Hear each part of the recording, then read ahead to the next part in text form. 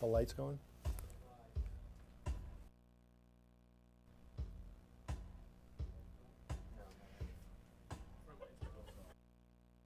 You got your...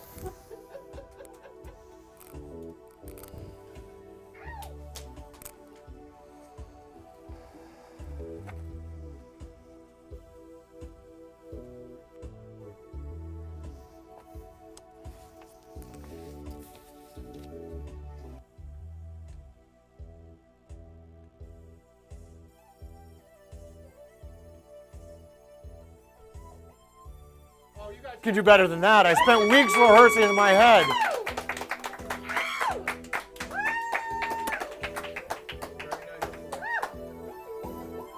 I know what you need.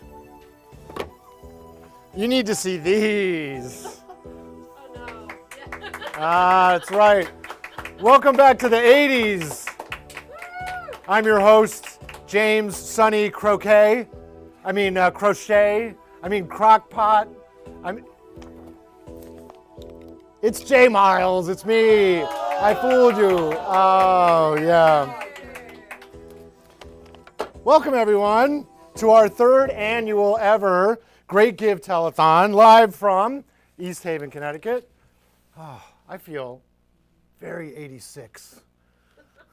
How are you all feeling? Good? Woo! Are you feeling like we can raise $3,000 together tonight?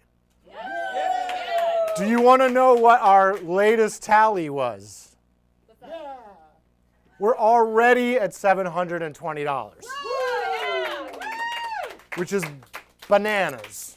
Bananas. So thank you to our early donors. Thank you to everyone all through the day. I got a couple of names here coming up. As you can tell, this is our biggest, not only our biggest party of the year, but thanks to Dom, we decided to roll the clock back to the 80s. And you have a garden of delights. Many vintage items that were brought in, and 2 fake ones. So this is our big party of the year. Not only that, but crazily enough, how do you all do this? Kurt Loder's birthday was this week. Kurt Loder, MTV News. We have one of his colleagues standing by to bring us some updates. We'll be checking in with her in a minute. We have 2 sensational, stupendous, amazing musical guests lined up, and we also have a very special, dipped in the 80s guest who's going to come spend some time with us this evening. But first things first, I want to just thank my staff and the board. Deb, Nick, Mark, Ken, and Dave on the board.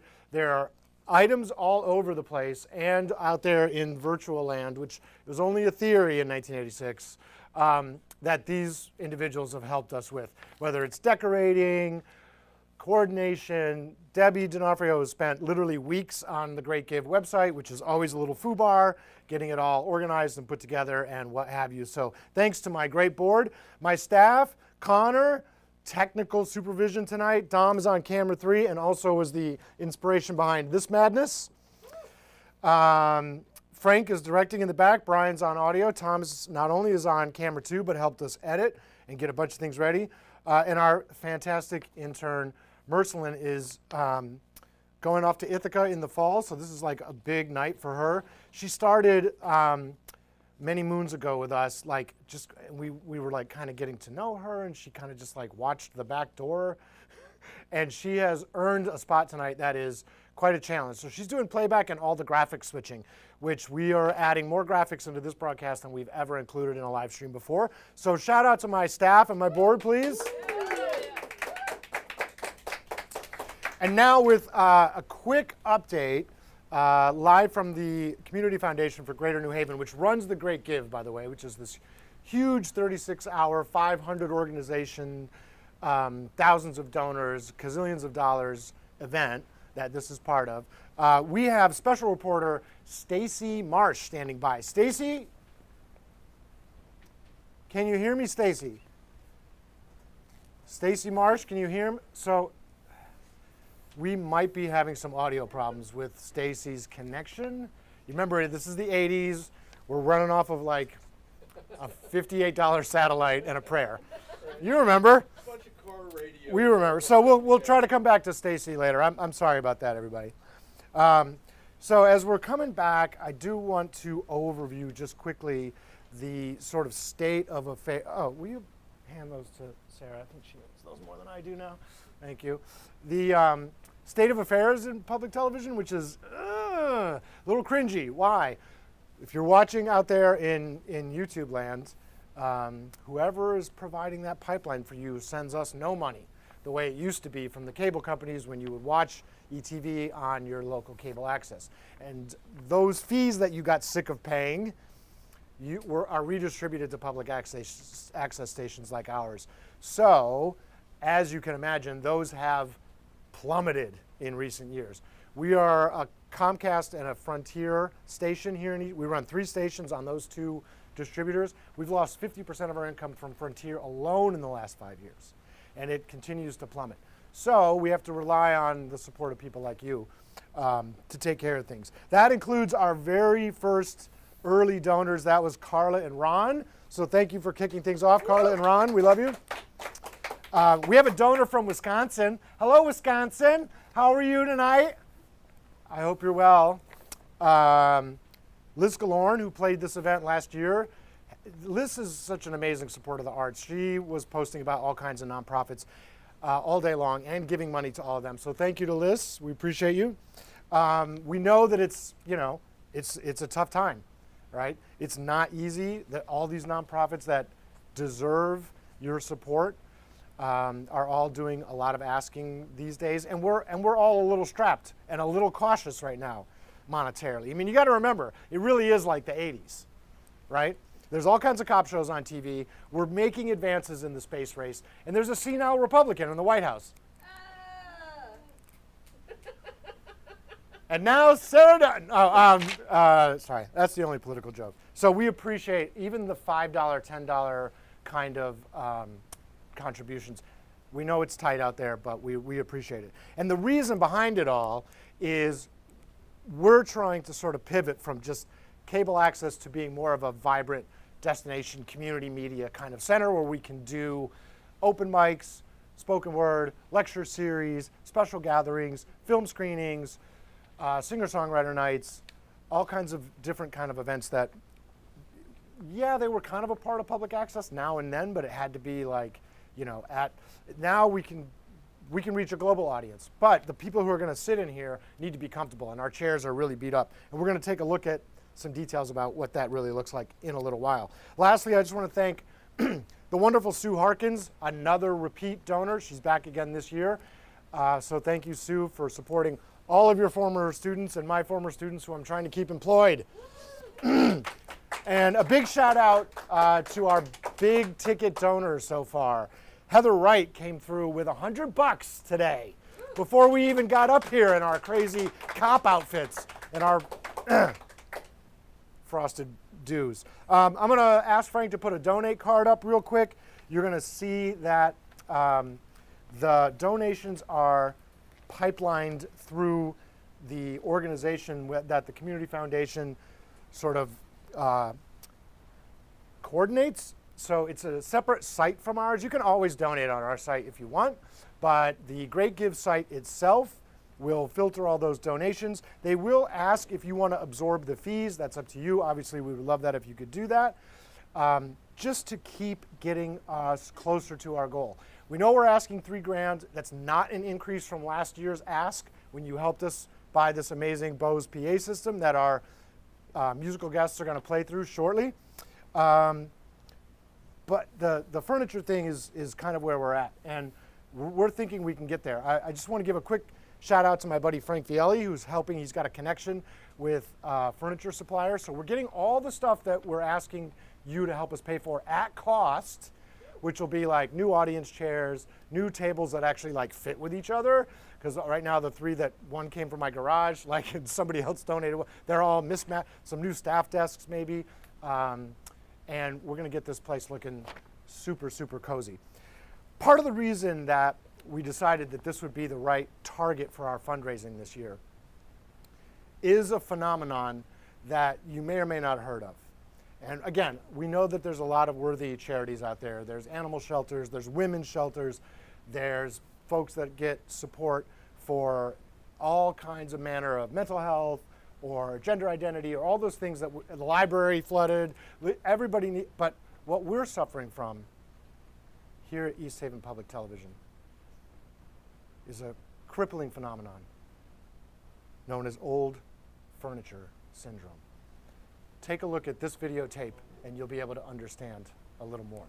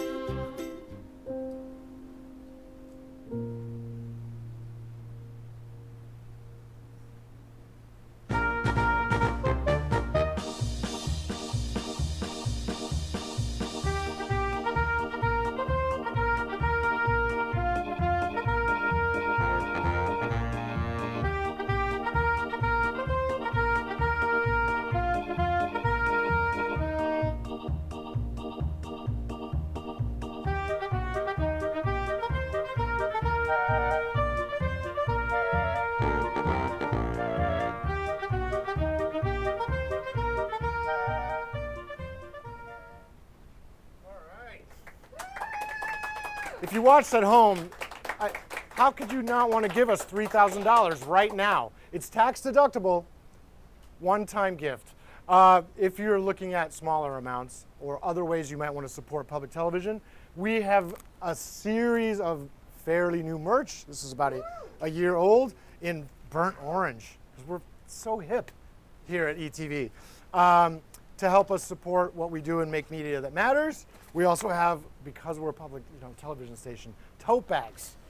There's literally a state statute that demands that. Anyway, we made tote bags. Those are only in blue because orange tote bags, not sure. And mugs, several colors mugs. They look kind of like this with the logo. They're amazing. Oh, by the way, I did spend the extra time, and it is the film correct pilots with the particular ships, and these are mine from 1982. So we spared no expense, and we hope you won't either. We actually are offering also this year a special, I have to say this right because Dom wrote it and it's really good, our great giveaway. Again, Dom wrote it, speak to him after the show, which is a bundle of everything I just showed you. So an orange t-shirt, blue tote bag, mug in your choice of 6 colors, and the way we're gonna, that's a $300, oh, and a year-long membership, by the way. Oh, we're over here. A year-long membership for any amount, and we're gonna do this via a drawing. So if you give us $5, you're entered, okay? In addition, if you follow our social media accounts, that counts as a registration again. So the more of those that you follow us on, or the more times you give, the more entries you have to win the whole schmata, right? And maybe I'll even let you fly the Y-Wing. It's a good ride. It's an underrated ship, let's be honest. I mean, it's no X-Wing, but you know.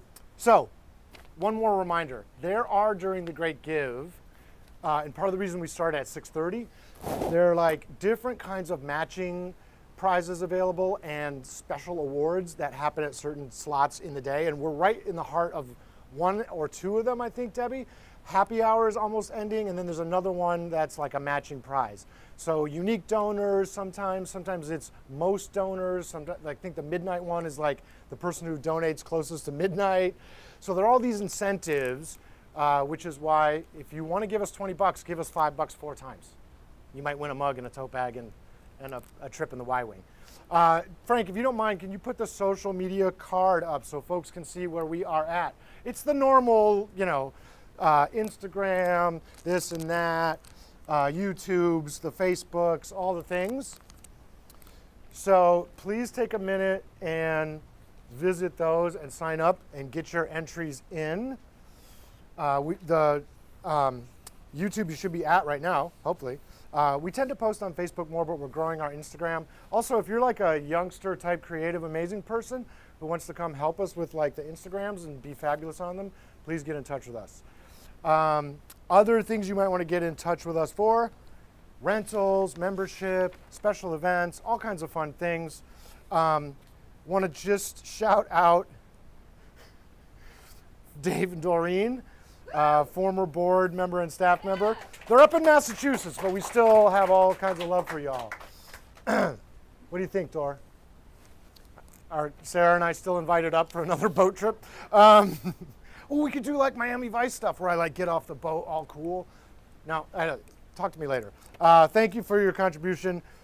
Won't you please help prevent old furniture syndrome from claiming yet another backside? We will not have any more backside injuries, I promise. Are you ready? Yeah. Oh, great. Our first musical guest is extremely near and dear to me personally, and in the greater New Haven, New England-y type area. This lady is a award-winning singer-songwriter. She's recorded all over the place. She's the bass player in the monster girl trio Corpse Flower. She also leads the Raglan Ramblers, which is a somewhat Irish band. And she gets to guest with all kinds of people all over town, all over the places. She's equal parts sassy, soulful, and stunning. And, perhaps most importantly, she is an expert in Connecticut pickle law. Please give a warm welcome to Sarah Dunn. Hey, babe.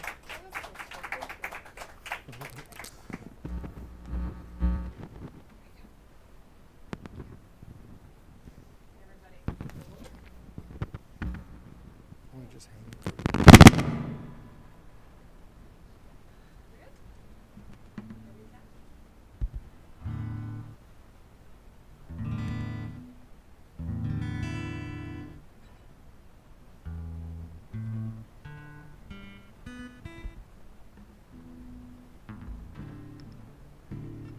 Hey everybody, thank you so much for being here. I'm Sarah Dunn. I'm very glad to be part of the ETV Television. Great gift this year, partially because I feel presently politically democratic access to media is more important than ever with ETV funding, with PBS and NPR, and having this opportunity for people in your community and their voices for issues of safety and community information, and knowing what's happening with your town council, and knowing what's happening with flood watches and flood warnings, and all the things that you don't realize are on a super local level for your daily lives that happen through public access to TV. And so keeping these things intact and keeping these things going is very important. Also, this type of place is really special because if you want to start your YouTube channel for yoga, you can be a member at ETV. And you can make your yoga videos here. There's an amateur wrestler who does his podcast here. Like, it's adorable. He's very scary and tough. That's what it is. So I thank you so much. And through all of this, and thanking East Haven Television, and thank you to Lisa Davis, and to Joelle, and to Shan, and to Kyle, and to Tachi for donating. Thank you so much. I realized that I should share with you what I would always rather be talking about. Nice to meet you, I guess this is called a date. It's you and me and all the breadsticks on my plate. We'll talk about our families and where we grew up, and where we went to school and jobs and all that stuff. I think it's really nice that you love your mom, and how you and your roommates really get along. You like hiking, sushi, and the movies too. Well, there's something I'd rather talk about with you. Can we talk about my chickens now? Or how I want a mini Highland cow? Can we talk about my garden beds?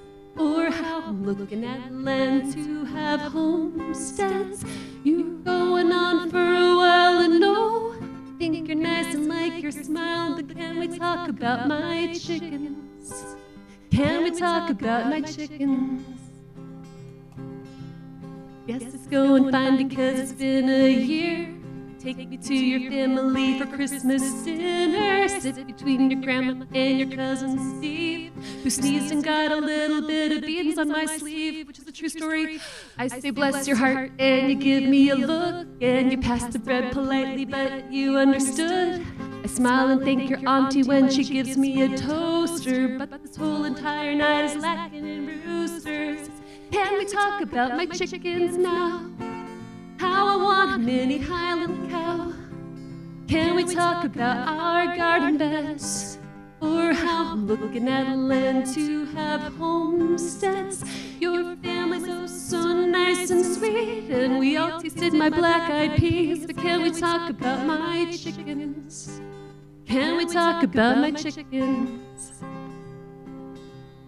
You tell me to pack my bags and go on vacation. Not to London, Paris, Rome is our destination. You're acting kind of funny when we're in Versailles.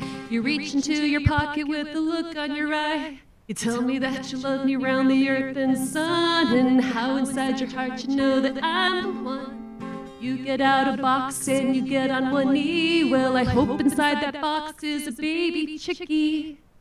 But you say to me, can we talk about our chickens now? Can we have a mini Highland cow? Yes, we can. Can we talk about our garden beds?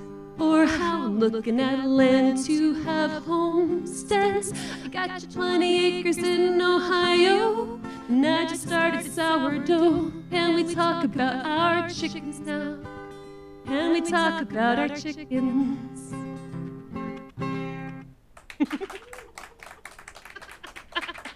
I do have 6 chickens, and I do love them. I Agatha Christie, Lorraine Hensbury, Belchooks. They're all named after literary goddesses. So yeah, I appreciate that, and I do kind of live this cottagecore life, which has been interesting because yes, since writing that song where starting sourdough is a joke, I have actually started sourdough, which is like a kitchen Tamagotchi.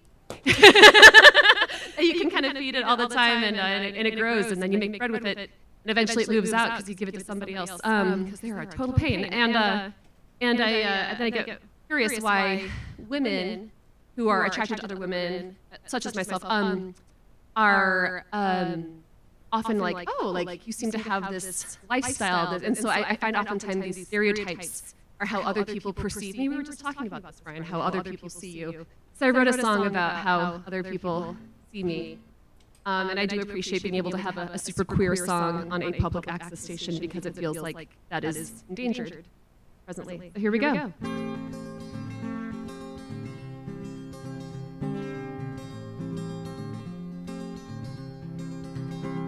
We'll have love seat decorated with far too many pillows and a sunroom that's got far too many plants. And I won't pay attention when you say I overwater them, 'cause I'm staring at your button cargo pants. You'll make a list of things we need to fix up in the house. I'll hold your hand while we go shop at Lowe's. We're lesbians, we're obligated to do this DIY. You'll wear my stolen hoodie at the store, which I'll never get back. Here we go. Run away with me, and I'll be your cottagecore lesbian daydream. I got a place picked out on the edge of town. Oh, come run away, run away, run away. I'll bring you coffee hot in bed, and I will rub your back. And for breakfast we'll have green tea spirulina smoothies. And you'll spill some on your flannel shirt, and I'll wipe it with my sleeve. I'll put a carabiner on your keys. They are actually really useful in matching posturepedic shoes. We'll ride our tandem bike to Joe and Fabric in the morning sun. And you'll sneak new scissors in the cart, thinking maybe I won't see them. But babe, you're right, you really need new ones. And there's a coupon in the app. Hey, run away with me, and I'll be your cottagecore lesbian daydream. I've got a place picked out on the edge of town. Oh, come run away, run away, run away. Afternoons are crazy, I'll take the kids out to the park, because you said you need some time alone. And we'll come home really muddy, and I'll put them in the bath, and you'll have dinner ready on the stove, which is super hot. And after dinner, through the window, I see you in the garden. No elbows are as beautiful as yours.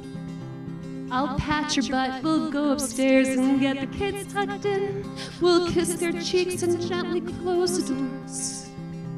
I'll support you when you bring home your fourth bird feeder. Yes, I think you should really write your novel. I won't be mad when you finish all the ice cream. Again, Michelle, that's for you. We're living our cottagecore lesbian daydream. Run away with me, and I'll be your cottagecore lesbian daydream. I got a place picked out on the edge of town. Come run away, run away, run away, run away. Thank you so much. Oh man, it was really nice to be here, and thank you so much. So my next song is a release I did last year as a single that will be on an upcoming album I'm going to record in July. That was just scheduled, so very exciting for that. So here we go. Has anyone ever been in like breakup, emotional purgatory? Oh, everyone's like we're like in a Breakups Anonymous here. Everyone's just like me, and my name is so and so, and I have been in a emotional purgatory.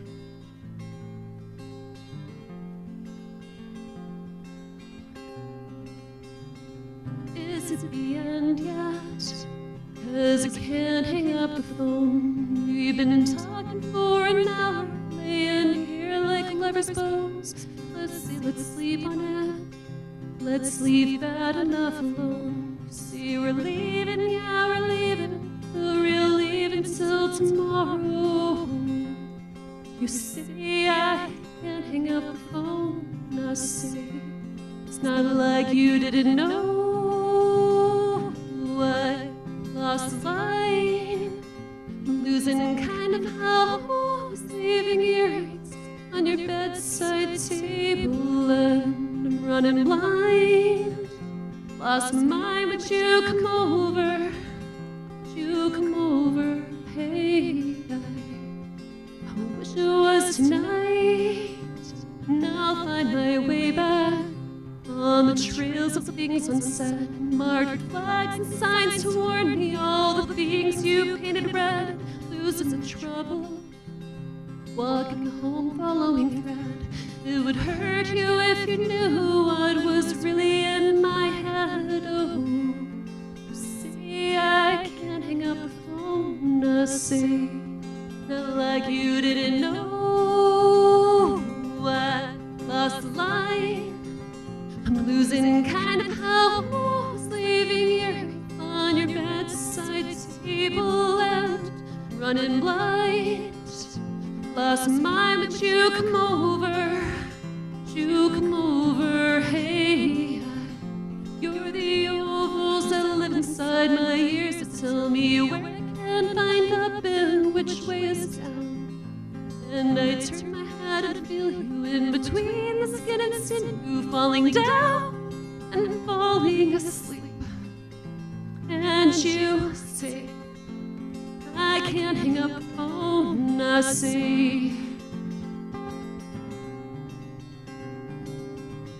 lost the line, losing kind of house, leaving earrings on bedside table, and running blind. Lost my mind, but you come over. You come over, hey, I wish it was tonight. Hey, I wish it was tonight. Hey, wish it was tonight. Yeah. Thank you. I'm a little sweaty through my shirt. So, what J. Mel said was true, is that last year I took some time to study Connecticut, which is kind of weird. Connecticut's the only place I've ever lived in twice. So I was born in Illinois, I grew up in Georgia, I lived in Los Angeles and all over California for work, and then I moved to Connecticut, and I moved to Boston for 3 months, and I'm like, this is for the birds. Why is everybody angry? And I moved back. And so, and I've really enjoyed learning more about it, and something I did find out that was true, and this is true, because I do say a lot of nonsense, so, is that to be sold as a pickle in Connecticut, you have to be able to bounce. It's not a law, it's a 1948 public health code, because these people were selling pickles that caused a public health problem, that people were getting sick all over the state, and they had to have a public health campaign that said, if it doesn't bounce, don't eat an ounce, which is so 1950s. And I was like, well, the song wrote itself after that, so let me sing you a song about pickles. Let me tell you the case. Back in 1948, there were a couple of guys trying to pull a fast one. Sparrow and Dexler make pickles not fit to be ate.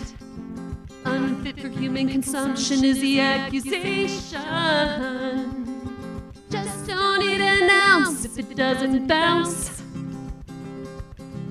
Tell me that you won't eat an ounce if it doesn't bounce. To know your pickle is safe, bouncing it is the way. Drop your pickle and watch it ricochet. And know your pickle is sound. Drop it 12 inches off of the ground. Drop your pickle and watch it rebound. Just don't eat an ounce if it doesn't bounce. Tell me that you won't eat an ounce if it doesn't bounce. Pickles are our bread and butter, a really big deal. You See what I did there? You gotta relish every crochet find with the kind of zeal.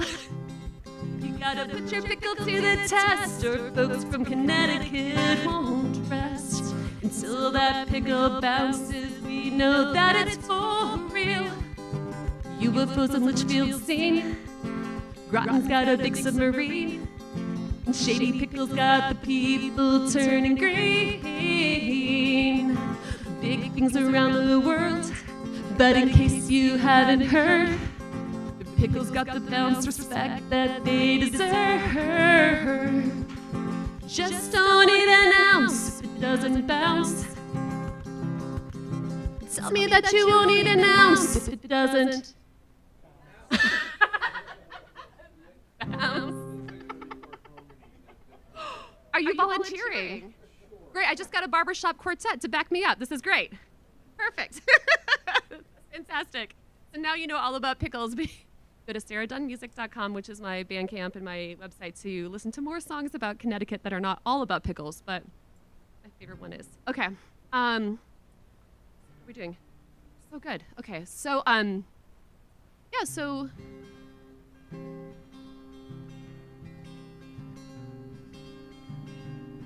I sometimes in my life have been in rather dramatic relationships. Being a dramatic person. And about a year ago, I realized that everything's kind of really smooth for me. And that was really weird, and I didn't know what to write about anymore, because no one was like actively questioning my heart. So I wrote a song about that.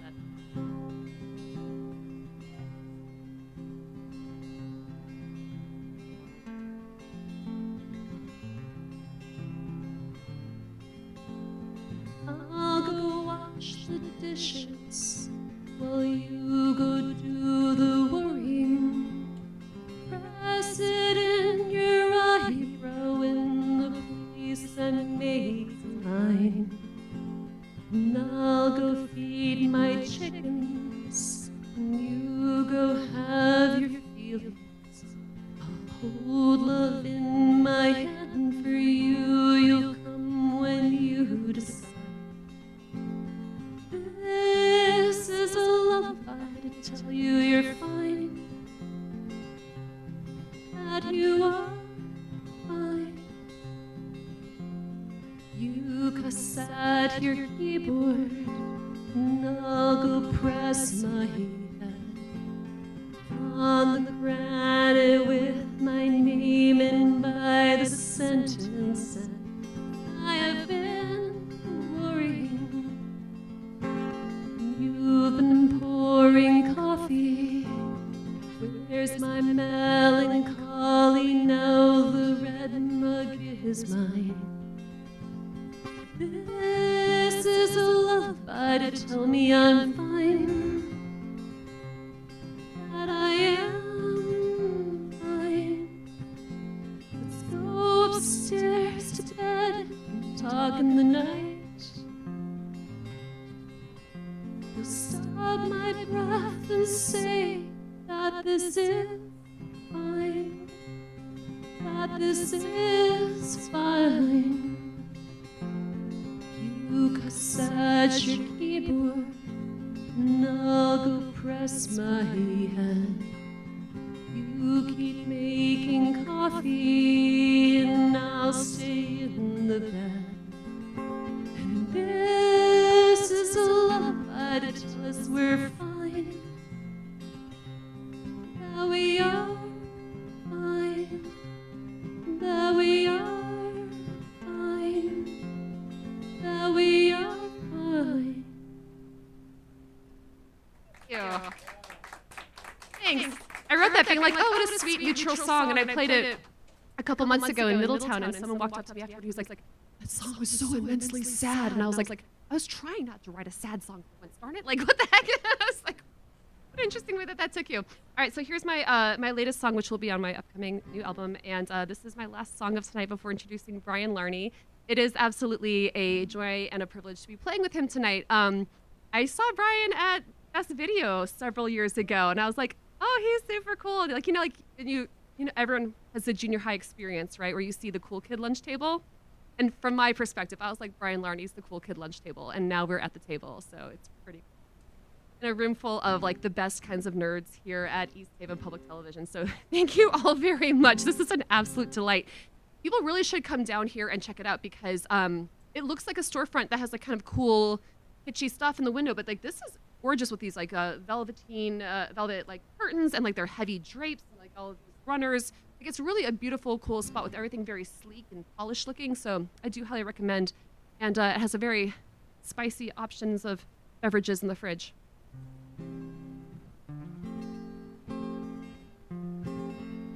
Get your hand accustomed to the rhythm that you're about to play.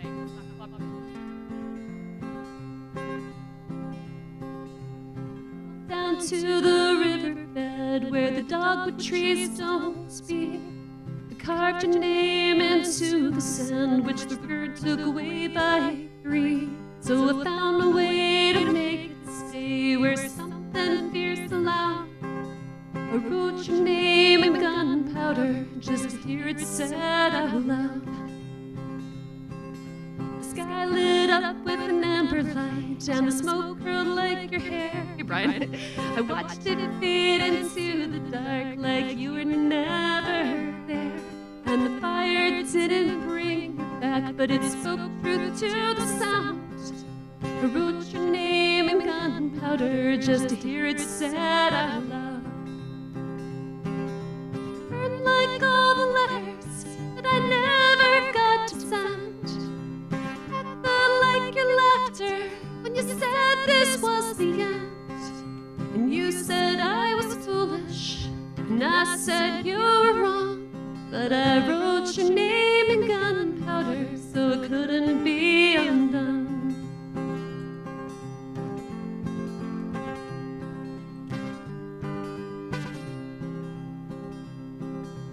Some say grief is made for time, but mine is made for flame.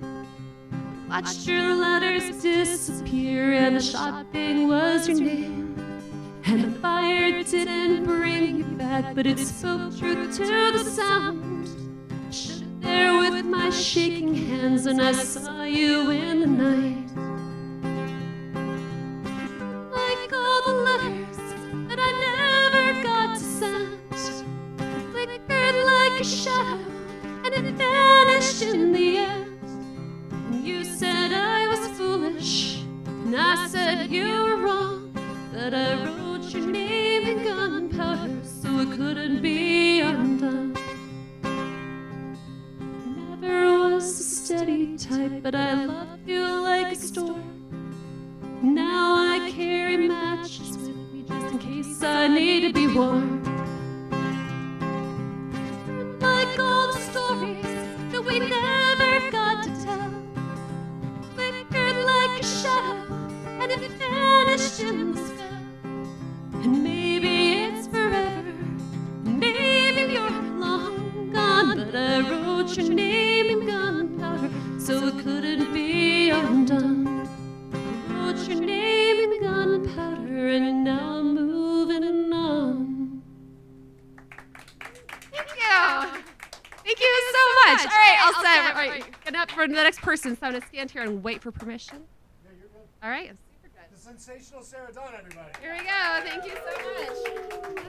Amazing, amazing. Thank you. I'm sorry. She just sang you a song about Connecticut Health Code pickle law from the 50s. Sarah Dunn. Sarah Dunn. Please take a second when you're in between donations and go find Sarah's social media channels, Instagram, Facebook, and YouTube, right? Sign up, follow her. She plays all over the place, and she's always that fabulous. So please follow and support her. I also want to give a quick shout out to our photographer tonight, the lovely Electra. If you visit the ETV webpage, we were in the middle of revamping the whole webpage last year and shifting over to a different web host. So like everything was all changey, strangey, and weird and different and blah, blah, blah. And Elle came to last year's Great Give and shot some of the most ridiculously gorgeous photos, and they kind of built the website like changed our whole attitude about the website and took it like, you know what I mean, sky high. So electraphoto.com. So check out Elle. She's on Instagram too. and on YouTube and all the things. Sarah also talked about the value of this station, I thought beautifully, and the value of nerds coming together in the station. And, you know, look what I happened to pick up on the way here. Oh, it's really the 80s. Come on. And I think she really nailed it. Like, this is a place where when people come together, they make amazing, magical things happen.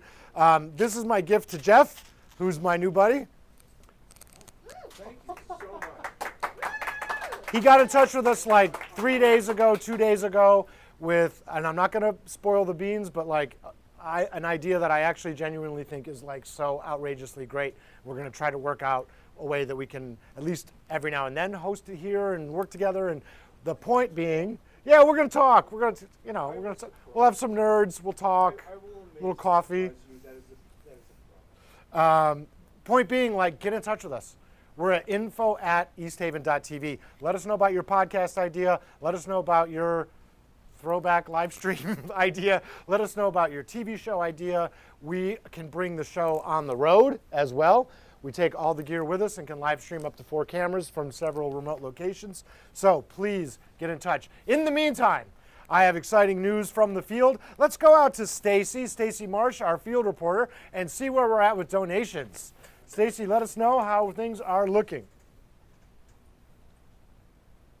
Stacy Marsh, can you?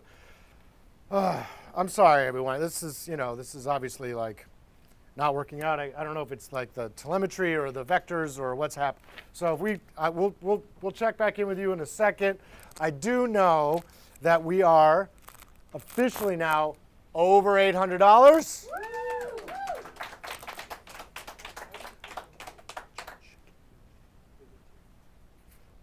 The latest donor from Mel is donating dollar amounts for every chicken mention. Sarah's excited. You want to come do another set? you made us a bunch of. Thank you for not being a chicken and helping us defeat OFS. Let's put the donate card up again really quick just to remind you. And also, as you're looking at it, if you visit The Great Give, just type in East Haven Public Television. We come right up. You can find a way to donate. Covering the fees is up to you. It is all tax deductible. And the giving goes on and on and on. So all day tomorrow up until like 8 p.m. or so. It's a 36-hour window. So if you don't get a chance to open your coffers to us tonight, the best thing you can do is wake up tomorrow, feel guilty, type in the word chicken, and make a donation to help us flesh out the foul furniture that we have. I don't know. Listen, like, I was stalling because the card hadn't come up yet and the whole thing with the thing. So the donate card, there's also a donate button on our website. I have to do it. I can't. I'm roasting. I'm like, wait a minute. And right now, just as a quick reminder, is the 2025 promotion. So between 7 and 8, any donations that come in between 7 and 8 p.m. count as an entry towards a drawing for that hour. So any of the nonprofits can win $2,025, the 2025 giveaway. So you can give us $5. I know it's tight. I know money's tight. You can give us $5 and qualify as an entry, and we might win $2,000, and we will get some very fancy chairs if we were to win that award. Now is a really special time in the show for me because I have a dear friend who's going to spend a little bit of time with us. You know, the 80s kind of get a bad rap for music, no pun intended, for you Run DMC fans. You know, synths and drum machines and like weird gated reverb, you know, stuff. But that's kind of like that kind of interpretation of the 80s overlooks the fact that it was perhaps the last great age of studio albums and doing a tune on somebody's record and being in a studio and bumping into the person who becomes the next 10 years of your life or more. And our next guest knows this better than just about anybody I can imagine. In the interest of full disclosure, I kind of do some drum teching for him every now and then with the current act that he's with, which is the Joe Bouchard Band. If you recognize that name, that's a Blue Oyster Cult founding member. He's also played on a few records you may have heard of by bands such as, I can't possibly list them all, Hall & Oates, Bryan Adams, The Cult, Elvis Costello, and he's worked with acts like Cher, Tina Turner, Tom Waits, a British guy named David Bowie, et cetera, et cetera, et cetera. It just goes on and on and on, and he's kind and sweet enough to come join us for a few minutes and share some of his stories. Please give a huge welcome to East Haven native Mickey Curry. What's up, sir? Hi. Hi. Welcome. I'm nervous because I'm a chicken. How are you doing? I'm good. Yeah? Yeah. Look, I'm so grateful that you could come Thanks for having hang me. with This us for a is bit. Does this great. take you back Sarah a little was great. bit? Sarah was fantastic. Sarah Dunn? Yeah. Does it take you back a little bit? Yeah. From what I remember, I don't really remember the 80s. Well, thanks What for was coming it? in, Mickey. It was great having you. What did they say about Woodstock? If you remember it, you weren't there. You weren't there. Well, You the weren't 80s there. were kind of like that too. And this is very MTV, which is kind of cool. We took I the like deep it. dive.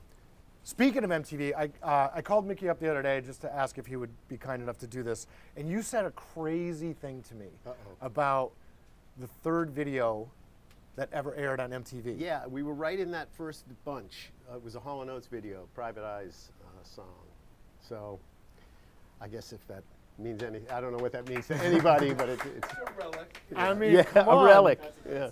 Keep that one in my pocket. So the moment when that was all unfurling and there was this thing on TV and there were going to be these things called videos, Yeah. was that real to you all or you didn't really know? Everybody had been making videos, I think. A lot of bands were already in the process of doing that, just to do, it was always for promo purposes, make a video.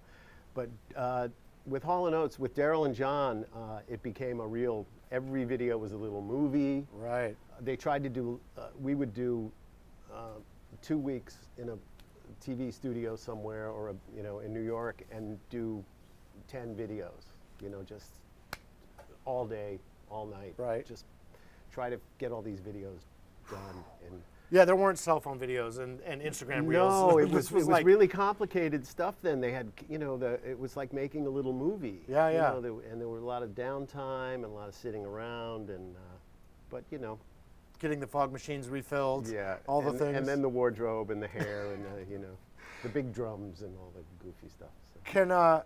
Can I ask you to go a little further back? Sure. So I saw a post the other day for Pam Landry's show about reuniting the Scratch Band. Did you hear these Oh, I didn't hear rumors? about this. No. No. So take us back. Tell us. Scratch Band was a seminal. Yeah. Connecticut yeah. bands. I auditioned for the Scratch Band. I had just gotten out of high school. It was way back in the 70s, which none of you were old enough probably to have been around. Anyway. Enough of us. Yeah. You're amongst nerdy friends here. Yeah. You're good. So I auditioned for the Scratch Band and I got the gig and that was it. 6 nights a week we were playing every bar and club and place all over New England. And I did that until, that was 1975. I did that until 1980. And that would have been like Christine Ullman. Christine Ullman, Paula Sola played Okay. bass, Bob Orsi, guitar, G.E. Smith was the guitar player Right. initially, and then Tom McGregor, who unfortunately passed last year. He was a really good friend. Tommy was a great guitar player, so he took over for G.E. after a couple of years. Right. And then the transition happens. Right? Yeah, I started going into New York. I was doing some session work, and I'd get a call to do a showcase with a band. There was a good friend who worked for Mercury Records named Peter Lubin, who was a big Scratch Band fan. Okay.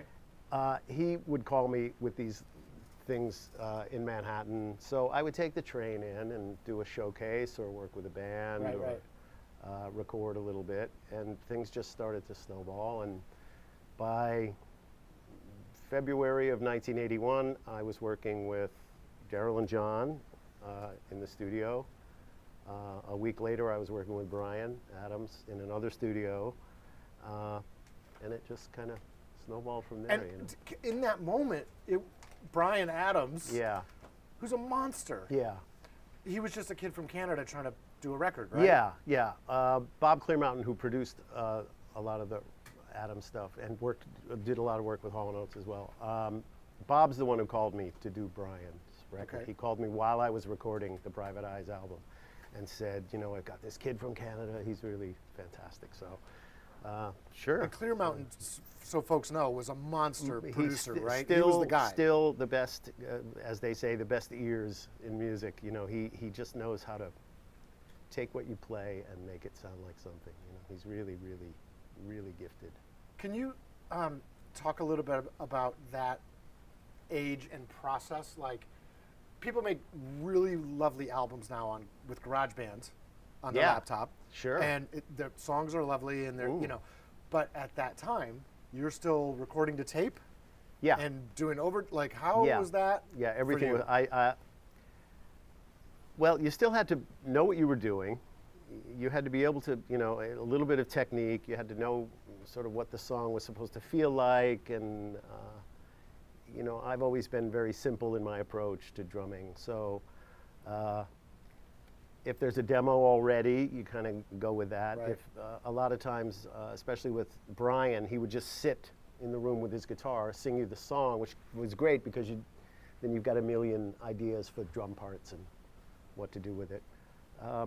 But yeah, there was a lot of editing, a lot of overdubbing, fixing things. Editing like razor blade. Yeah, put Bob. the tape back together. Another thing Bob Clear Mountain is a master at is cutting tape. Okay. Yeah. Yeah. So, yeah, there was a lot of that. Not a lot of drum machine stuff. Hall & Oates were kind of early. They were pretty much involved in it right from the get-go. You know, a Lin machine, and so we tried to incorporate a lot of that stuff in the actual recordings, which I loved. You know, you'd start a song with a Lin machine or a little Roland 808 thing, and then live drums over the top. Right. So we were doing a lot of that, which was really fun for me. I was wondering today as I was getting ready, I was like curious about that. You sort of hinted at it a little bit with Brian, how much input you were given musically. Yeah. Or was it dictated? Or No, was sometimes, you know, songwriters, most songwriters I work with have an idea of what they want it. They've got a final version in their head somewhere. So, you know, you work with that too. But most people hire you because of you, how you approach a song and how you play a drum track. So that's, you know, when I get calls, it's usually because I'm going to play what they need to have on their song. Yeah, so that brings me to this Tom Waits situation. Yeah. So, very funny. So Mickey's on a track called Downtown Train. Yeah. Which, if you are a human on the planet, I'm sorry, that is a all-time great. Yeah. But it has nothing to do with the record. The record is gritty and harsh and textured, and Tom Waits, to my understanding, wanted this, you know, real, earthy, gritty, dirty New York record, and the record company sweated him for a single, and that's the tune, right? Yeah. Is that can you talk about? Yeah. Did you just get a call one day? Yeah. T-Bone Wolk and G.E. Smith and I were the rhythm section for the Hall & Oates band. Somebody got a hold of G.E. or T-Bone, I'm not sure, to come and record with Tom to do this. We were going to do 2 songs one afternoon. So we all go in the studio, and Tom, you know, it was the first time I had met him, and I got to know him, and you know, we crossed paths a few times later on. But he's the unbelievable guy. He's the sweetest guy, and he's very kind. But he has a hard time explaining what he wanted. So this is what he said to me. We did the song, and I played it with drums, with sticks. I played a regular sort of drum groove pattern. And it was okay. Everybody was like, "Oh yeah, it sounds okay." And Tom said, "Oh, you know, okay, you got your green over here, and you got your red over here. I kind of want that brown in the middle." So What? I didn't know what that meant. So we went out, and I started I baffled the drums a little bit more, and he said, "Yeah, that's closer. I think that's closer." So then I took some mallets, timpani mallets, and I played softer. I just played I played the song with mallets, and he loved that. One take done, and that was it. The song was finished. At least the drum track was finished. They might have overdub some guitar things or something. But it went really quickly once we Yeah, yeah. found that brown in the middle. Like a day? Yeah, well, you know, Maybe less? how long's the song? That's how. 4 Yeah, 4 minutes. I listened to it again a couple days ago. The Yeah. tom-tom parts are so majestic. and It they're was so you too. Yeah, but it was Like they're so Mickey Curry, you right? know that like, thing. Well, I don't know. You know, you're in the room and you're just trying to do the right thing for people. You know, you don't want to Yeah, be the yeah. don't want to be the weak link in the chain, Right. and you don't want to be the guy that sort of makes it difficult for everybody else. You know. I can't imagine you'd be that guy. Well, you know, you Can't imagine just- it. I got to put you on the spot for this one now because we're doing the 80s thing. And last summer when Joe's band was doing the record, Yeah. we were at lunch one day, I think, Yep. and you started telling Live Aid stories. Yeah. And Live Aid was like, I mean, that's not just a rock and roll thing. Like that was a cultural, political, global Yeah. fundraiser, live Yeah, fundraiser. that's right, yeah. From 2 continents. Yeah. And you had some amazing stories from that. Yeah, So talk us through Well, like Live Aid what was- that was all about. Live Aid was one of those things. It all happened so quickly. Everyone got together and put this thing together. I don't know how logistically they did this between the London show and the show in the U.S. But with Hall & Oates, we were kind of on stage for an hour and 15 minutes or something. It started with Daryl and John Right.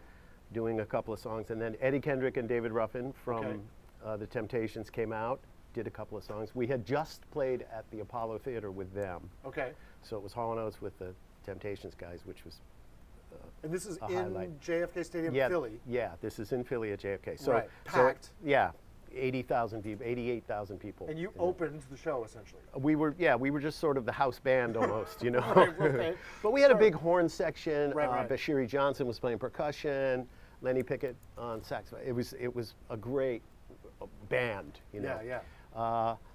So we got out there, we did our Daryl and John songs, then Eddie and David came out and we did that. And then Mick Jagger came out and did a song, and then Tina Turner came out and we did a song with that. And those were long, you know, sort of jam. Yeah, things. yeah, yeah. Tina No was, rehearsal, right? Because we had rehearsed in New York a couple of days before. Mick Jagger showed up for rehearsal. Tina showed up for rehearsal but left.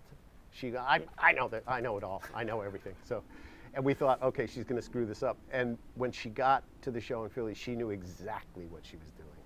Like she had Wow. it memorized. It was Like next level. Like just unbelievable. total pro. And yeah. Mick Jagger was the same way. He knew every part everyone was playing. He knew all the horn lines. He knew all the keyboard stuff. Wow. He knew tempos, where things were going to get sort of crazy and manic and where things were going to calm down. Yeah, yeah. He knew where to be on the stage. Right. He's unbelievably, he's a master at just. Yeah. For like a mini set, right? Yeah, Like it and was you know he or looks four like tunes? he's just sort of making it up as he goes along Yeah, because he's really good. Just fantastic. I loved working with him.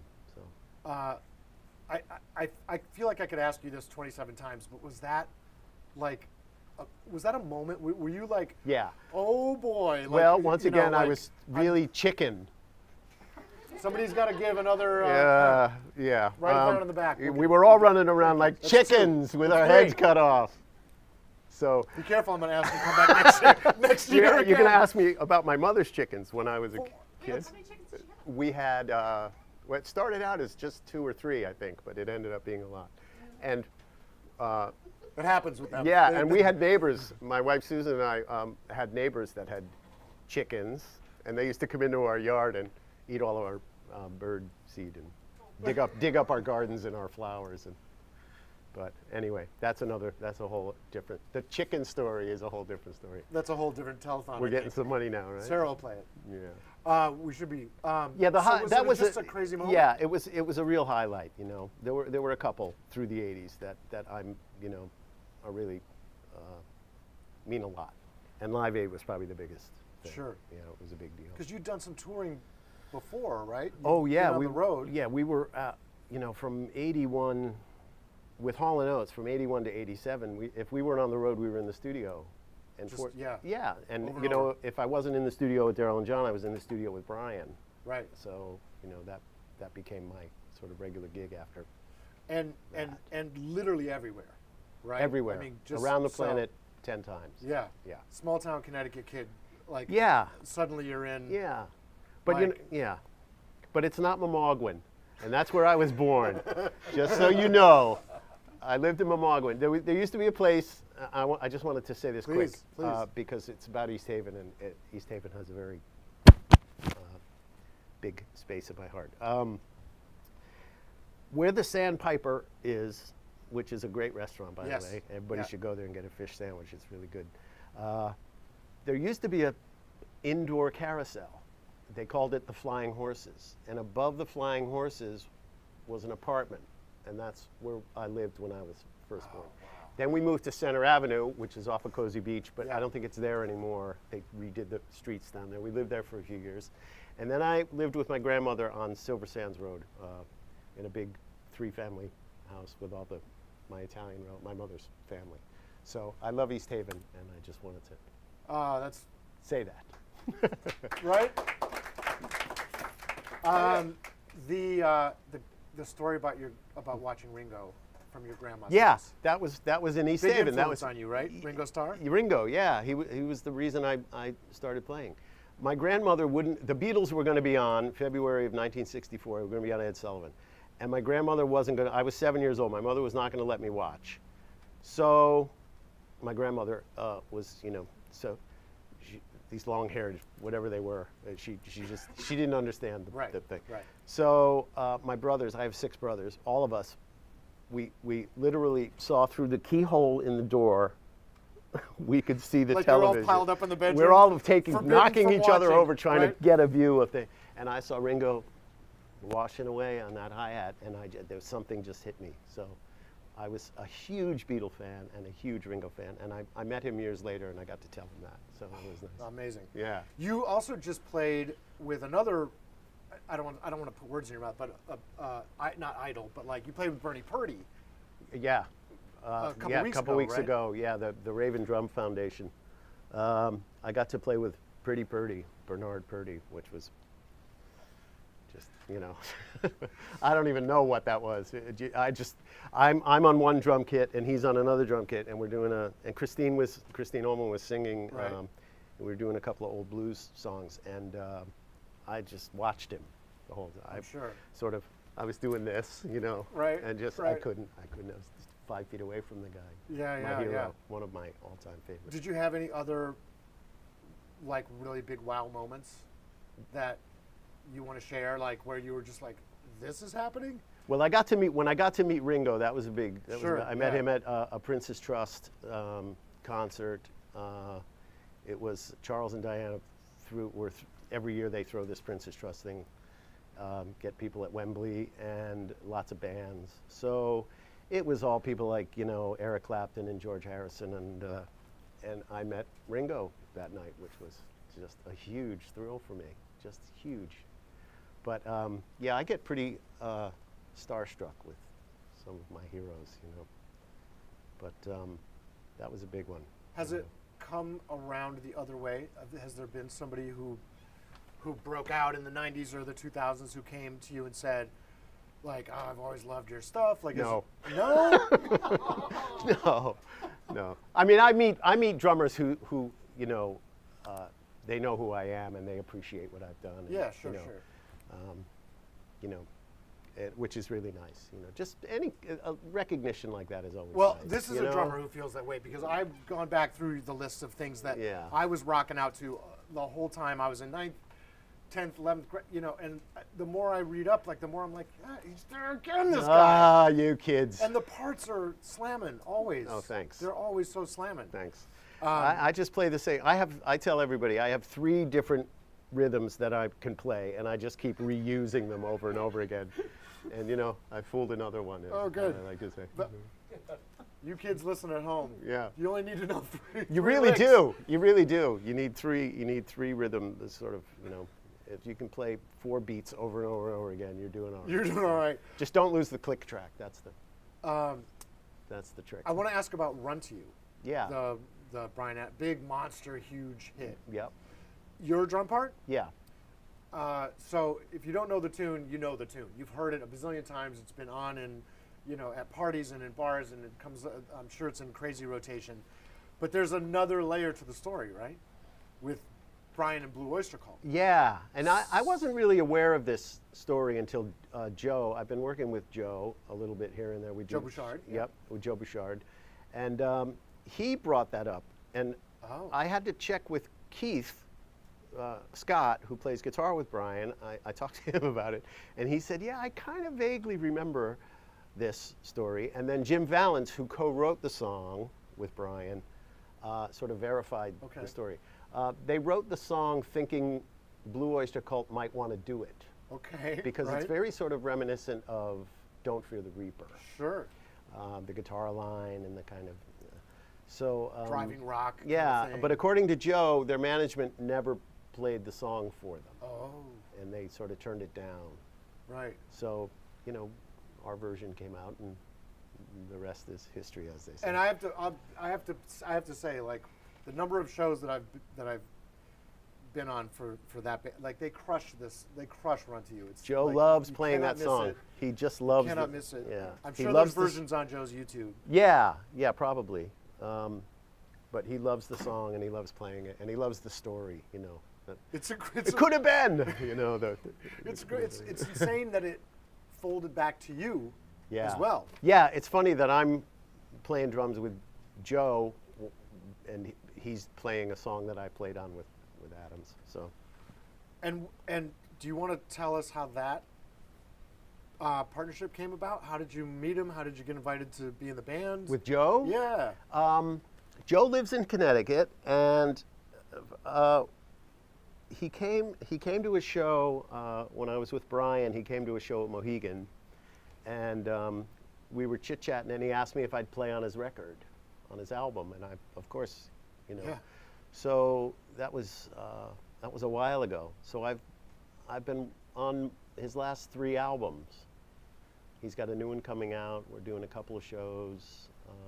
Every now and then we do a show just to promote his thing. He's really fun to work with. He's a really nice guy, and he's a really talented musician. He's a great guitar player, and he writes really cool songs. And he's fun. It's fun to do. So, and he's right up the road, which is really nice. Right. Right. You're not going to Boston or the city or no, Philly I'm or not something, flying to London or I got to go to Japan for the day. They're not big into chickens there anyway. Oh. I mean, they might be. Sarah's going to check. So you have a couple things coming up. The new record soon. Joe's got a new record coming out soon. We're playing at the Kate in Old Saybrook. The Kate in Old Saybrook August. later this summer. Yeah. Right. And I might be doing. I'm trying to put it together now. I might be doing a little drum show before the Joe Bouchard thing at the Kate. At the Kate. Right. Just to do a little drum clinic, maybe. But we're talking about that, so we'll see. Hopefully that'll come together. I look forward to it because I'm sure I want to learn at least 2 of those 3 licks. I could teach them to you right now, and you wouldn't miss a trick. So. Well, But don't be chicken.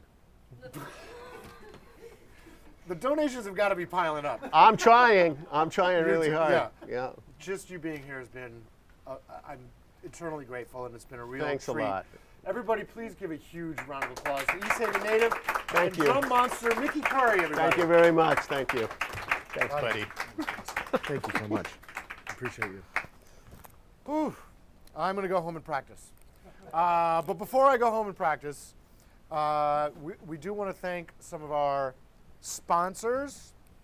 Speaking of bands and speaking of rock and roll fans, our 2 sponsors this year, Frank's going to bring the card up in a second. The Gleeful Conspiracy, local band, right? Our dear friends, Tom and Whitney and the gang, they are absolutely supersonically wonderful and delightful. They're playing all over the place. Please find their socials for more information than I can possibly give you.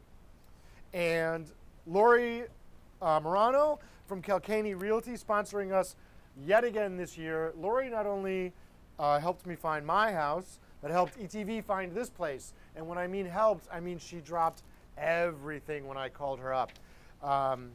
because this place was several places. As you could tell by the floor, it was a dance studio for a while. It was a kickboxing place. It was a baseball card shop. It was a grocery store. It was a liquor store. Hi, Derek Jones. Going back to like, it was a bank, I think, at one point. And it was empty one day. And this was when we were back down in your old neighborhood by the industrial park in a not so great building, which has since been improved a great deal. And I screeched to a halt outside, and there was a leasing agent in here with a couple business owners, I believe, and I just walked in the door, like while they were like showing the place. The guy's like, can I help you? And I was like, I'm your next tenant. And there's other people are standing right there, like having the tour. And he was like, I'm actually, and I was like, no, please take your time, show them around, but I'm your next tenant. And I just waited them out, and they went wandering off, and I walked up and introduced myself, and 2 weeks later we signed a lease. That was 3 years ago. There was nothing in here, and through all the support that you all have offered over the years, this is what we've been able to build up. Speaking of support, thank you, Tom and Whitney and Lorrie. We are over $900. Thank you, chicken lovers. Thank you, Mickey Curry fans. Thank you, music fans. Thank you, supporters of people having better seats to sit on, let's be honest. A couple of the other things that we do around here that I just want to make you aware of before I bring our next super talented guest to the stage. Since we're talking 80s, video and tape transfers. So if you have old media before it withers away, and it will wither away, please consider becoming a member or coming by to hire us. We transfer mini DV, DVD, VHS, and cassette tape. So if you have old cassette tapes at home that you don't, whether they're answering machine tapes or, stay with me, mixtapes, I feel you people, I do, bring them on down here and we can digitize them for you before they vaporize. So come visit us, 230 Main Street, easthaven.tv is the website. That reminds me, now that we're back in the 80s, my man Dom came up to me the other day and he was like, what are we going to do for this great give? And I was like, and he was like, what about like we throw it back to the 80s? And I was like, it's not bad. And then he goes, how do you feel about I Want My ETV? Right? And I was like, I'm not paying this kid enough. It's genius, right? So this all happened, right? Thanks again to Dave and everyone, Debbie, who brought in like literally Cabbage patches and Alf patches and all the patches, all the things from our closets and garages and basements. So then Dom comes up to me, because he's not done, comes up to me like a couple days later and he's like, every year, different decade. And I'm like, why does he get all the good ideas? So, you know, I started thinking about it and I'm like, if we do a 90s thing, then that's when I should have asked our next guest to play, because I met our next guest in the 90s, short story long. I was doing what every cool kid was doing, which was running an independent record label out of an abandoned warehouse in Hamden, Connecticut. And we heard about this band Low that was like making a buzz. Am I getting this right so far? And they were kind of coming up, and then their record label dropped them. And they, at some point, came to us. I don't remember when the name change was. They became Gravity Head. Right? I'm getting the sequence wrong. Brian's being very polite. And we released their first record after a major label dropped them. And we called it Dropped, because we didn't have Dom back then to come up with better names. And all these years later, it's been really a pleasure for me to watch. Brian, I think, has always been solid, has always been like, the bands have always been killer. But I think the way he's blossoming now and bursting now, with the kind of songs you're about to hear, is his best work ever. So please help me give a warm welcome to the lyrically lovely, melodically magnificent Mr. Brian Larney, everybody. Thank you.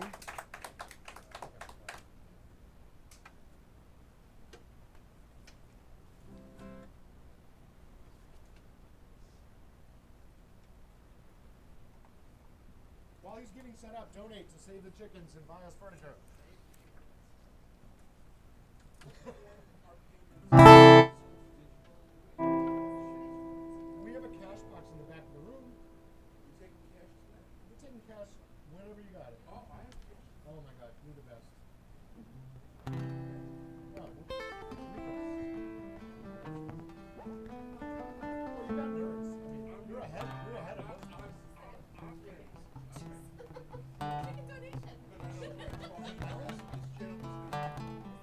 No, please. I don't have to play.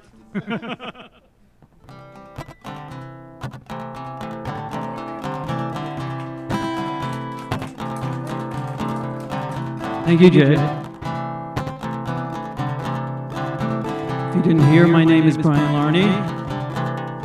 I'm from the excitement capital of Bridgeport, Connecticut. You guys know it? Have you guys been? Have you seen it? You been there? Actually, I'm just messing around. I live in an area called Black Rock. I don't know if you guys have ever heard of it. It's become a musical mecca, if you're not aware. There's probably 4 or 5 clubs down there, and there is music every single night. Yeah, it's crazy. And I live about 2 blocks from there, and all of a sudden my neighborhood turned into this wonderful musical mecca. And I love it. It's a song called Perfect.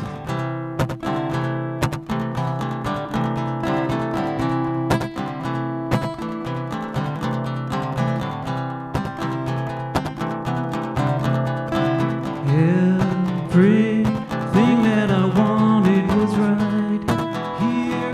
You were undaunted, but I would get haunted. I was wrong. You were just perfect for me. How was it I didn't see?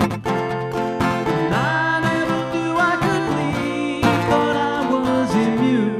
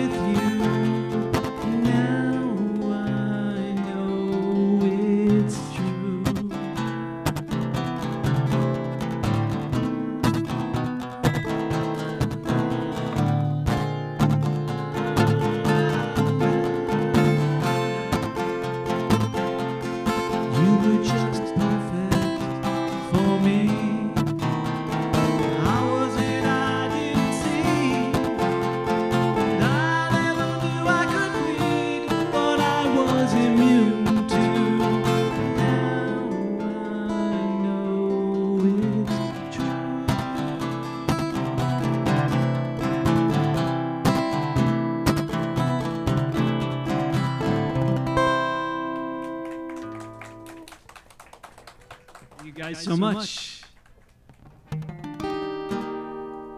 Wanted to correct Sarah on something we were talking about before. Yes, Sarah. Sarah claimed that I might have been one of the cool kids in high school at the lunch table. I was far from one of the cool kids at high school. Although I will say, I got a kind of a free pass. Because I was a nerd, I was a dork, and I had all my dorky little friends, and we were ignored by all the cheerleader types, and it was just everybody's high school experience. But me and my friend thought it would be really cool if we went up and we sang this song. This is what we sang.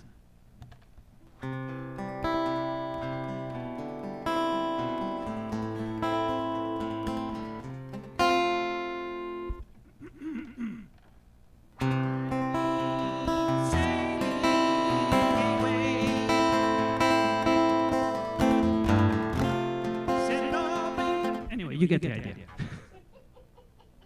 That gave us carte blanche for the next 4 years. I was ignored by all the hard guys. Nobody bothered me. They were just like, oh, that's the kid with the guitar, So it was a nice little thing that we did.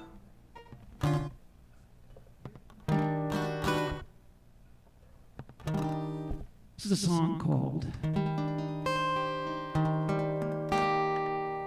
Wrist for the Mill.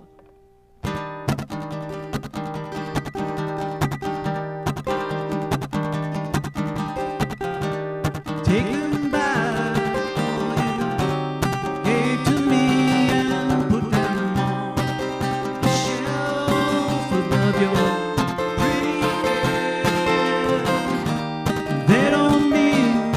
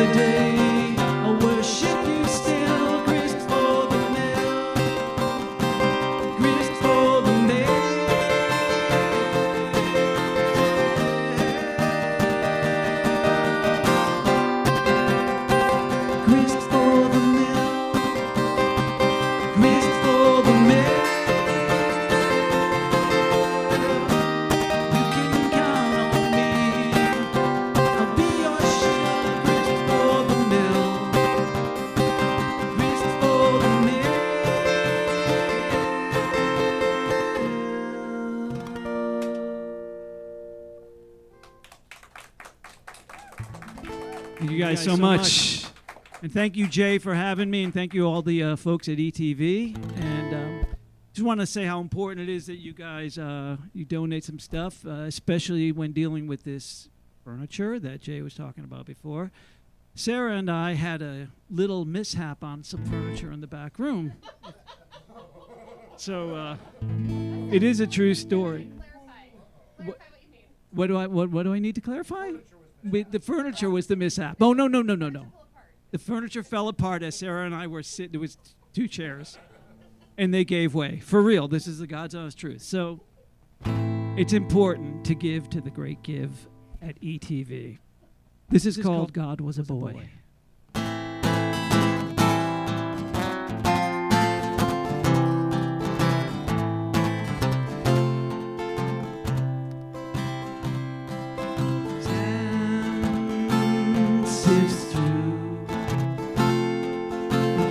Where the neck narrows thin, I see you in every grain that descends. But how would you know I move slowly, that I have loved you since God was a boy?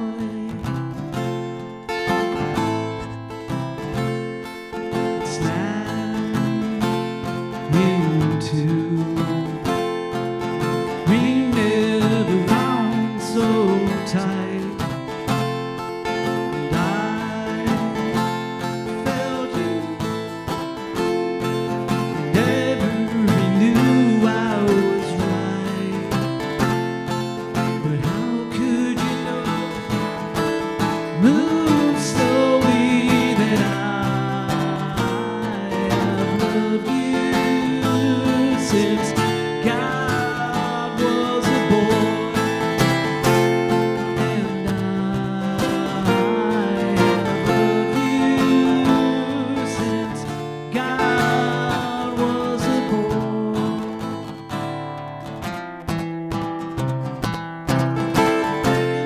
And you wait for only just to find the end, or someone to help you get through this life. But forever is a long time,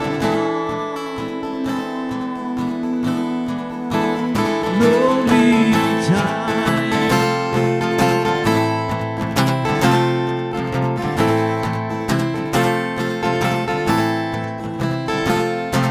But how could you tell?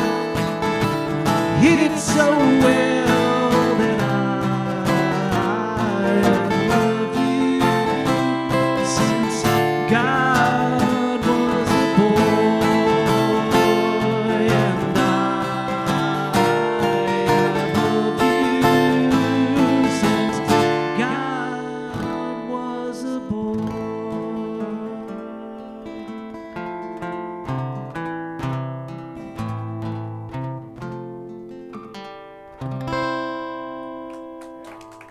Thank you guys so much.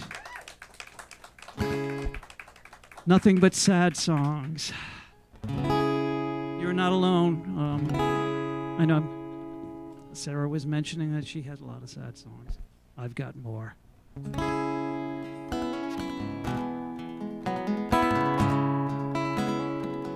This is called Swoon and Fall.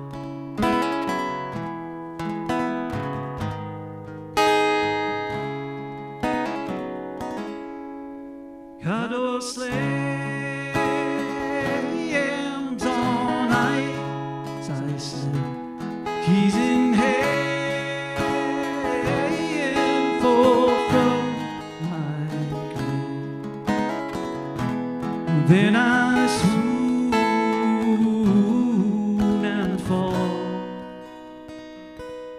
downward slide.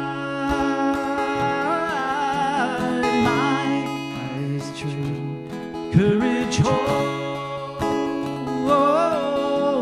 see no trace. Then I swoon and fall,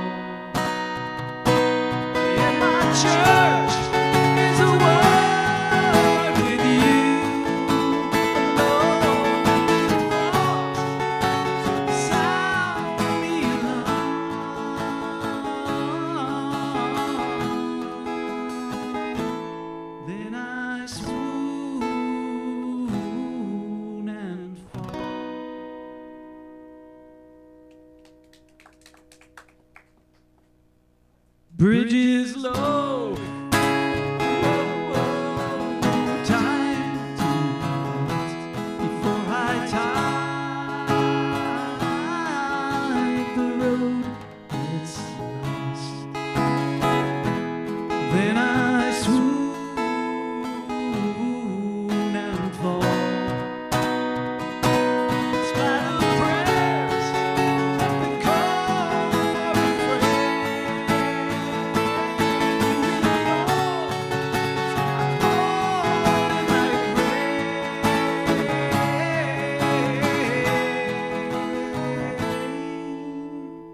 Then I swoon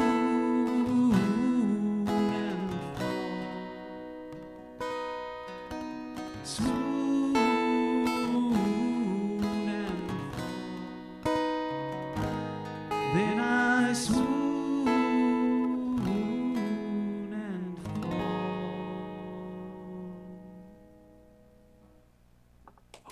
Thank you guys. Now you may clap. I'm going to make a liar of myself. Not every song I write is sad. This is a little less sad, and sometimes I wonder if I'm reincarnated from some other time period. I have this really twisted obsession with the old, like 1920s, 1930s, jazz, pop, whatever you want to call it. Ain't she sweet, all that kind of stuff. And it kind of seeps into a lot of my songs, and this is one of my favorites that I've written that has that kind of sound. It's a song called Shine, and I think you guys might be able to help me out with finger snapping. It goes like this. You may come up and listen for me. Have a spot.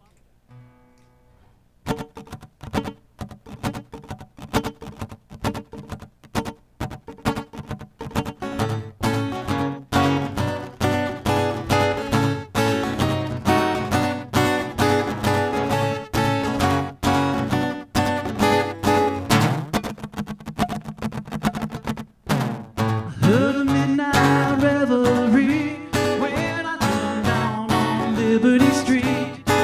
A fall in my time, close at hand. Then I showed up with a rose in my hand. We were spending on Sunday evening. You killed me in record time. Talking about soft shoe thievery. Boy, did you ever shine. Another song played bittersweet, soft as falling rain when you're up on your feet. Of all the revelers in view, you were the only one I saw. Well, what could I do? We were spinning on Sunday evening. You killed me in record time. And talking about soft shoe thievery, boy, did you ever shine. Would you care to whistle? I can't do it, so as much as I try. On Sunday evening, you killed me in record time. And talking about soft shoe thievery, boy, did you ever shine. Thank you guys so much.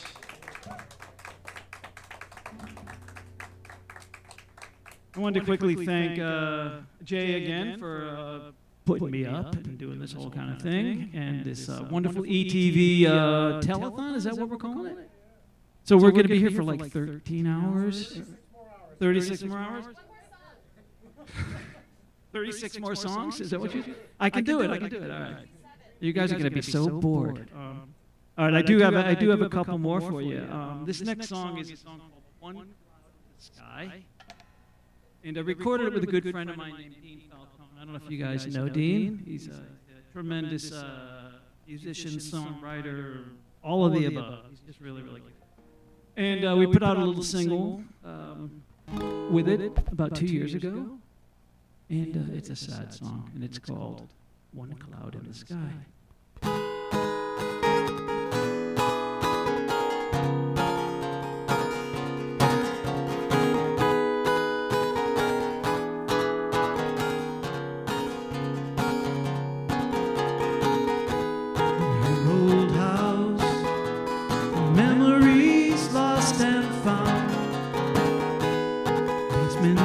boxes neatly sorted out. Things arranged, the family all talked out. To say her name, it's easy to pronounce. It's okay if you pray. If it's something you can't have, it's yours to find. But today, a dark impending storm is in your sight. One cloud in the sky.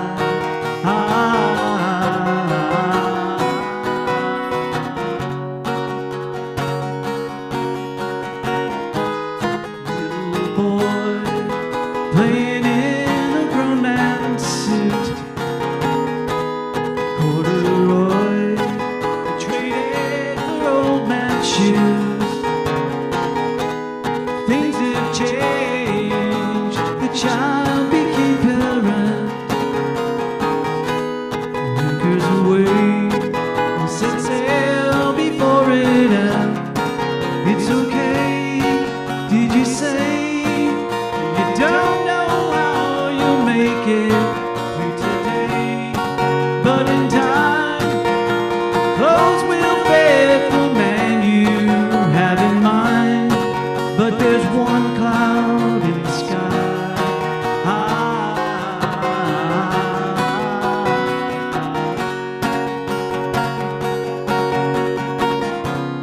It doesn't matter when she's gone. Carried it all for so long. But you won't know how to free yourself.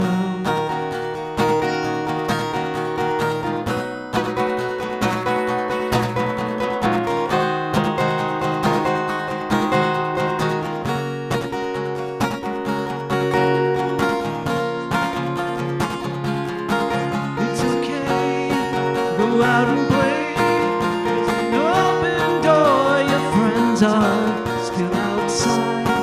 But today, in the sky, the sun is burning bright. Not one cloud in the sky.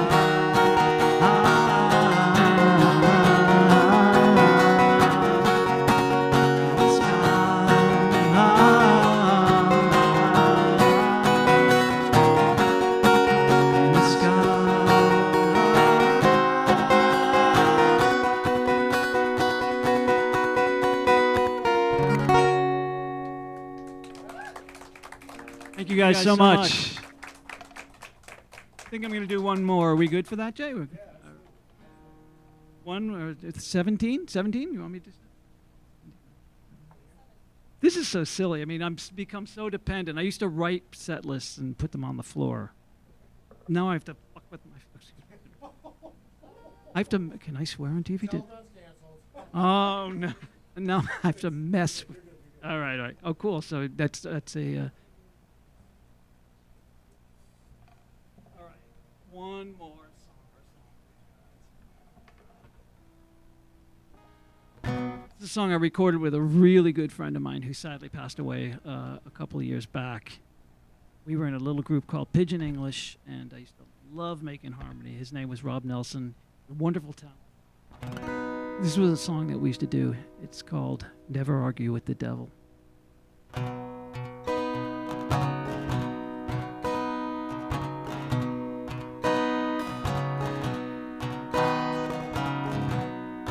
Daylight arrives, my heart and mind collide.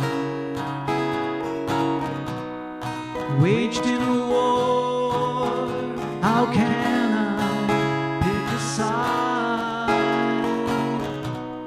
It's easier said than done. 'Cause my heart believes it has already won. You know, I know better than to fall. Been through this before, it's just killing after all. And you know I'm just a fool that ain't lost on me. I finally see you can never argue with the devil.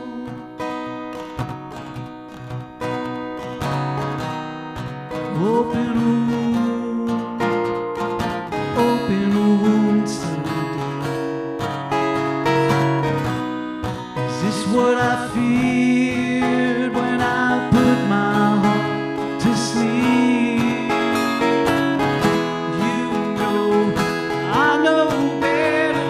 Your hold on me is still haunting me, and to fight it is wasted energy.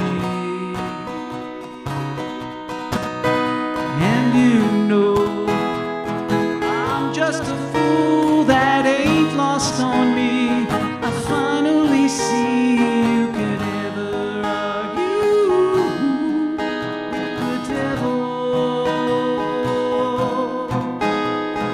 Never argue.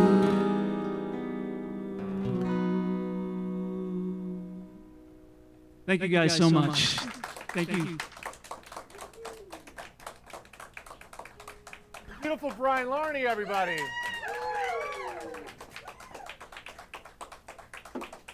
Thank you, sir. Thank you, Jamie. Great. We're going to fix that furniture that you broke, I promise. Thank you so much. Was it me? Did I break? We did it together. We did it together. I think the We did it for the chickens. We did it for Rob Nelson. We did it for the right reasons. Thank you, Brian. Thank you.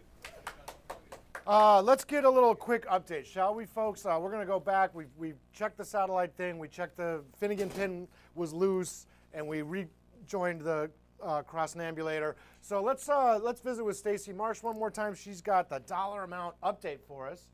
And Stacy, go ahead. Oh, you know what? This is actually this is my fault. I feel terrible.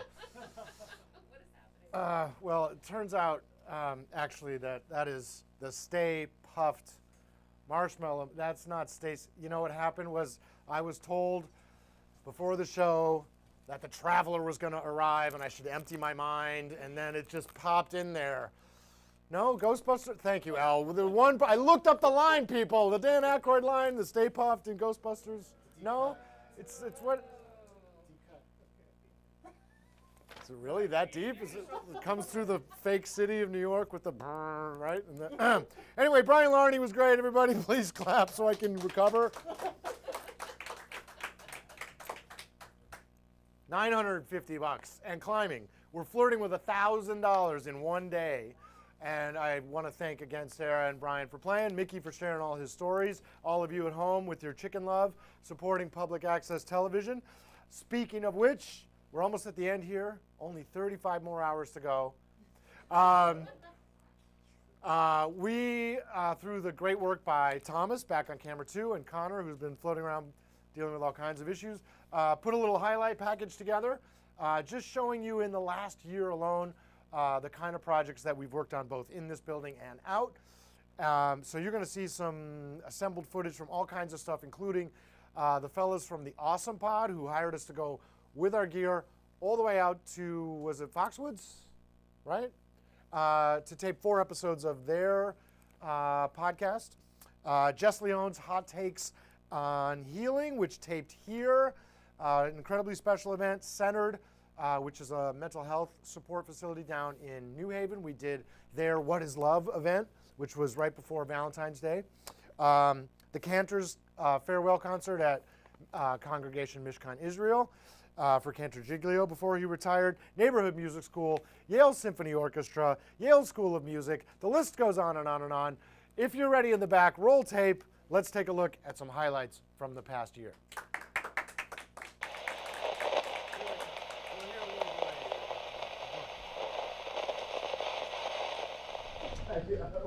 Share at the break or whatever. Okay, comms check. We're a minute out.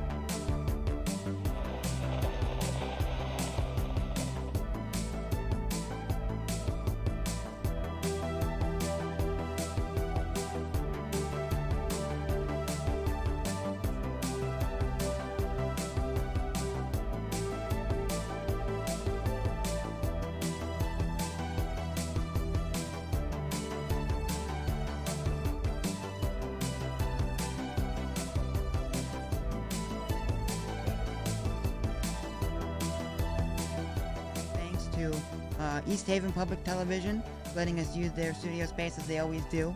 Great people to work with, great people here. So we'll catch you next time. Excellent. Gentlemen, thank you all again. For Connor, Frank, and Dom, my name is Jay. This has been Inside ETV. We'll see you next time. We thank you for tuning in. This is the Austin Pod. We'll see you on the next episode. Looking forward to more Solo Shot Saturdays to come this season. I'm Don Manna. I'll see you guys next week. We want to say good night. I love y'all. God bless you.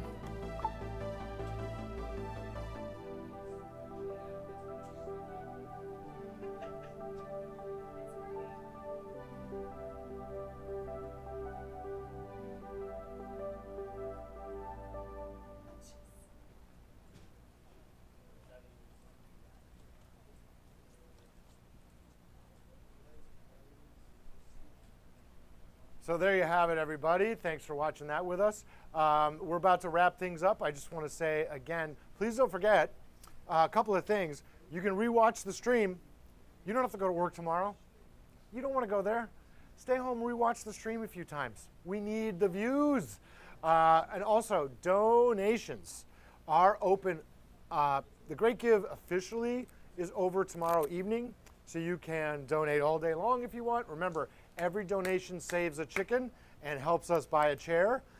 Just kidding about the chickens. And my apologies to the fine people of Japan for the chicken reference, because apparently it's a thing. Dr. Dunn Research Incorporated. The donations, however, last until, I think, Monday morning. So if you forget, or if you want to donate again, or if you just if it passes you by and things come up, you can still throw some shekels our way all the way through early Monday. So once again, let's thank our sponsors quickly. So Frank's got the card. He's going to dial it up. That's the Gleeful Conspiracy, which, by the way, if you enjoyed Sarah Dunn's music, if you enjoyed Brian Larney's music, the Gleeful Conspiracy needs to be on your list, because they are pure pop beauty. You can look them up. They will be playing all around. Do not miss a chance to see that fantastic band. Thank you, Tom, Whitney, and the guys. And, of course, Calcagni Realty. You see the red signs everywhere. You know you do. But here's the thing about them. You can actually really trust that agency. Lorrie, in particular, as I mentioned, for both my home and this venue, was instrumental. And she has sponsored us now 2 years in a row. I think I have an update flying in. Either that or Deb was just stretching. Okay, very good. So thank you to our sponsors. And I have, hot off the presses, the big news. We cracked $1,000. Ah! So we feel you out there, everybody, that you want your ETV. Thank you for supporting us. We appreciate every dollar. We know times are tight. We know there's lots of folks who deserve your support. I really appreciate all of you all tuning in. I appreciate everybody who's here tonight. Elle taking photos, Sarah and Brian on stage, the great Mickey Curry sharing his stories from Mamagwin all the way around the world. Our fantastic board who helped us to get all the elements in place, and most importantly, my staff and freelancers and intern, all on cameras, editing, audio, stage mangling, all the important jobs that help this telethon even remotely be possible. So, having said that, thank you all for tuning in. Thank you again to our musicians and our special guests. Keep it real, people. Come see us. We love you. Thank you. Good night.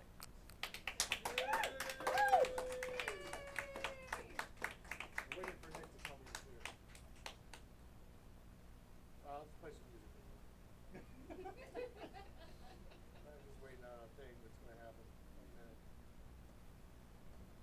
Oh, his painting's black. Thank you. Good night.